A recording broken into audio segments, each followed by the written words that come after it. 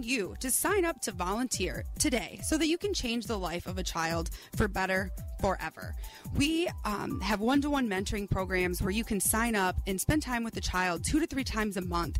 You can go to the park. You can help them with their homework. Sometimes you can just have dinner and talk.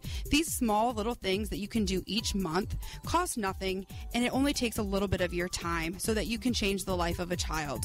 If you would like more information about how you can get involved with a child in Bay County, give us a call at 989-391-5103. or learn more information about us online at bbbsgreatlakesbay.org. We look forward to working with you so that together we can change the lives of the children in Bay County for the better forever. Growers Choice Insurance. They're located at 2880 East Beaver Road, Cocallan, Michigan. Toll free 800-768-9377. Some of the insurance products that they offer are home, auto, boat, RV, ATV, motorcycle, rental housing, business, farm, umbrella, flood, crop, life, long-term care, health, and disability. Ask for your Diva deal and get a free clipboard with built-in calculator. That's Growers Choice Insurance. Wendell's Home and Design, making home design affordable. Located at 5260 East Pickard Street, Mount Pleasant. Call them at 989-772-2914. Base Camp is Bay City's best choice in fitness. Visit us at 515 Adams Street in downtown Bay City. Look for the red awnings between the one-ways behind historic Larson Salvage. If you're looking for an artistic women's portraiture company where she can bring out the best in you, a side that you want other people to see, then you need to call Indigo Moon. Each setting is designed especially for you. The number is 989-708-6776, not the run-of-the-mill portraiture company. Indigo Moon. Call Chandra.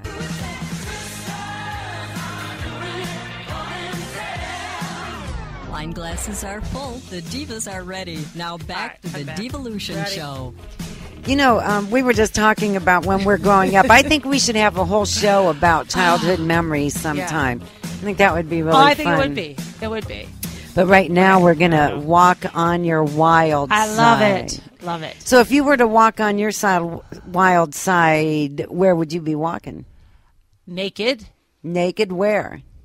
Down a city street. Down a city Absolutely. street. Absolutely. That is some kind of a law against that, I believe. It's okay. It's on the wild side. Oh, okay. Yeah, what I'm would thinking you be I wouldn't be doing? arrested, but I could be free. I love clothes, but I love to be if naked. it would be, if you would do it today, walk on your wild side day.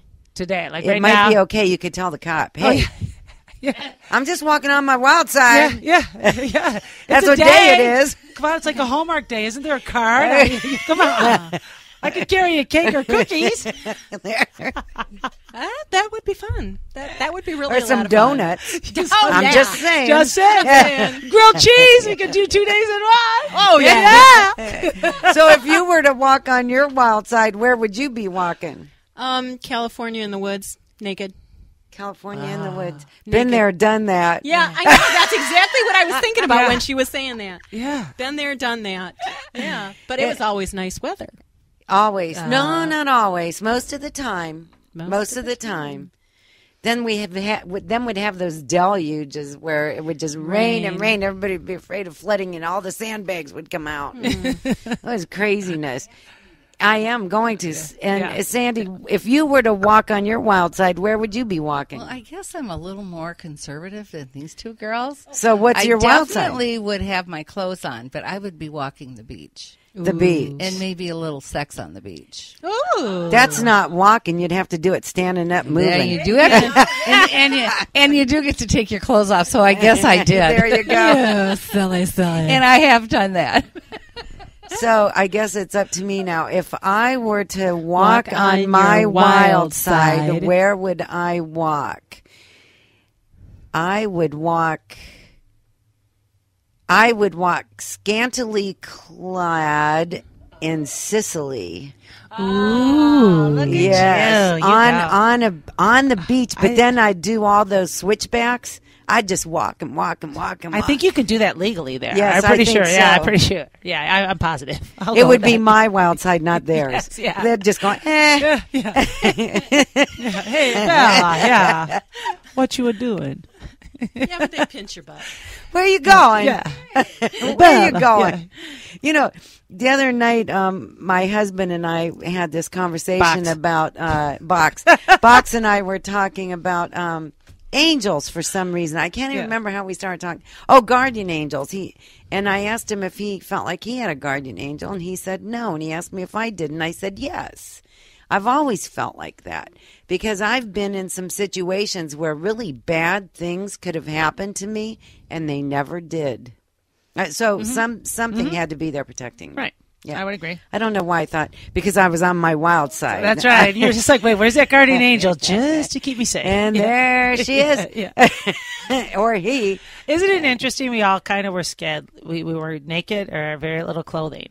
Yeah. On our wild side. That's the one thing we had in common. We were Yeah. all different places, but we all... I've walked on my wild side, as I know you have too. Yes. I've not done it in the city of Bay City. No. So you'd be other That's okay. cities. California was my Yeah. wild I've done side. it. I've done it.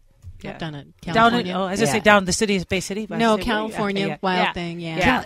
You know, California is just different. Yes. I felt bet. freer, less unencumbered there. Yeah. I was in the woods. Everything is unencumbered. I mean, I you was can in hang the your woods on the clothes ocean. on a limb. Right. That's Right. easy to do. Yeah. When Yeah, I it's was very in, different. I was in Hawaii, and I was young, and I remember we were out on a catamaran ride, and there was a boat that came by. It was called the Neuter, and everybody was just buck naked. But everybody had on mirror sunglasses. Well, So I was just kind of going, I'm looking, and of course my jaw's Didn't wanna dropping. be I'm recognized. a city girl, and I was pretty wild, but I'm going, they're all naked, and I'm going, but they all got sunglasses on. they wanted to stay You know? incognito. Right, and then I'm going, then they're mirrored, so your wife knows where you're looking. So, not a good. So I'm telling this to my husband. I goes, they shouldn't really be wearing those glasses because I can see where they're looking. And Chris is like, you're really, and I go, yeah, we're really close. Look at that guy's looking at her. If I was his wife, I'd be, hey now, that 10 seconds is good. Let's just get in the water. You know? Move on. Moving on. But it was just interesting. They all had sunglasses on. I'm like, That is kind of funny. Yeah. So, we walked on our wild side Yes, now. we did. I It feel was better. fun. I do too. I needed that. Good. Thank you. So, Good. tell us about your other profession. Which one? No, I'm just kidding. Any of them. No, Pick love one. you, honey. The one that I do with my couples that I love, and I also marry. I am a minister, so I can marry couples, and I have to just say, working with couples, I had my first same-sex marriage this past year, and the most awesome thing ever. Judge Joe Sharon did it, and I mean, it brought tears to my eyes because he said, instead of by the power vested in me by the state of Michigan, he says, by the powers vested in me by the Constitution of the United States. Oh, that It gave was- me I know. goosebumps. It did me too. It just had that impact, and I went, oh my God, how Yeah. awesome. And that's exactly what he said. And it did. It gave me goosebumps. So it's All really the way cool. down my legs and everything. That's I'm cool. glad because it was so awesome, and stuff like that. And I love that shift has changed. Right. I've not been able to be a minister yet for one, but I got to work with them as a couple. And just so you know, if anybody's wondering, they face the same issues as heterosexual couples. It is a loving relationship, and personalities just clash. It just is, So you have to work on it, but it's fun. But you do some of this too, though. You do a lot of this with couples. So I want to ask you. So you're on the hot seat now, so I get to ask you a question. What do you have, like, one thing you find in common with couples who are preparing for marriage, or kind of, I don't want to say the same issue because they're not, but kind of there's a common, for me, there's always a common denominator. I keep finding the same thing a lot with couples. The same problem or the same? Yeah, same problem or issues or No. Okay. They've all been different. Okay. But Interesting. But the good thing that I find, and I love this so much, is the way that they look at each other. Yeah. It's Okay. it's really nice. They look at each other through eyes that are very loving and accepting, and sometimes they overlook each other's flaws for a while. And I always ask, one of the things I always ask is there anything that drives you crazy that this person does? Because it's better to address it before you get married and laugh about it and get it out and always be able to tease each other about it than it is to hold that in until it festers into resentment. Yeah. Because you learn. A lot of my couples do a inventory. I don't know, but they do this inventory, and it's not a personality quiz. It does not come back and say you're going to be married happily ever after and everything. It just asks you questions about money, sex, intimacy, all these different topics, communication, conflict resolution. So it covers this wide area of you either strongly agree or strongly disagree. The one biggest thing and I think is most of my couples have a hard time making friends. Have a hard time making friends. Yeah. Yeah. Wow. And if you Isn't think that about it, and you think about it, and I mean, and this not scares me for my kids, but I grew up where my parents raised me. So even in my marriage, my mom was real close. My sisters and brothers all lived in Bay City. When none of us moved, the furthest one that moved away went to Auburn Hills. Holy moly! You never see them. Yeah. You know what I mean? So I mean that like again, that where the village raises a child. You always had your family to lean on for your relationship. And we all know there's those times where it's just like you're just an ass. So you need a break. Right. Or whatever, and it's just like you just need fresh air. You can call your mom, your sister's right there. Well, more and more couples do not live. So when they make that break of being alone, they're single friends, and they're getting married, everybody's happy, then they go into this life of they have a home now. And some couples live together, but they're ready to make that transition. They don't know how or where to go to make friends, to have couple friends, married friends. That's funny because my youngest son that is getting married next year, and his girlfriend said the same thing to me once. Yeah. It is. It's interesting, and you think like we don't like clubs are not a big thing anymore. So a lot of people don't belong to clubs. So and they don't want to go to bars all the time. No, they don't. They're done with bars. They're not. Most young couples, they're very spiritual, but they're not affiliated with the church. Right. I mean that's just there's just this huge shift, and we as I don't want to say the elders or society and stuff. More and more is starting to come out, though. You start to see like these wine tastings, and there's more chef events. Like you can go pay $40 to learn how to cook something.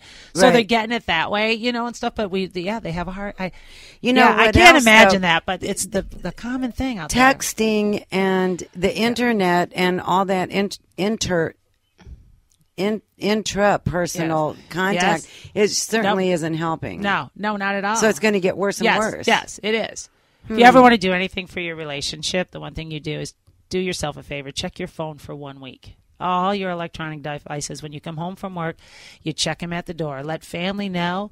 If it's an emergency, for God's sakes, call 911. They'll knock on my door back in the day. So they think twice what an emergency is. So they don't call and say, hey, were you going to pick up milk for me tomorrow? That's not an emergency. And you make your own rules in your relationship. Are you saying there's no such thing as a milk emergency? Yes. However, wine now. Wine is a whole, but you got to have a cellar. I'm good with that. Yeah. But and I've had couples come back and they go, well, what are we supposed to do? They can't think of what they're supposed to do. No. For me, that's kind of a hard thing because I don't think I ever. It's different now. It is, and I'm guilty of a lot of it now too. Because now I have my phone, I have my iPad, so I can always be connected to work if I want to, which I choose a lot of times. To say I'm ahead of the game, but I'm never am. But like my husband will be watching a show that I don't want to watch, and instead of compromising, I just grab my iPad. Right.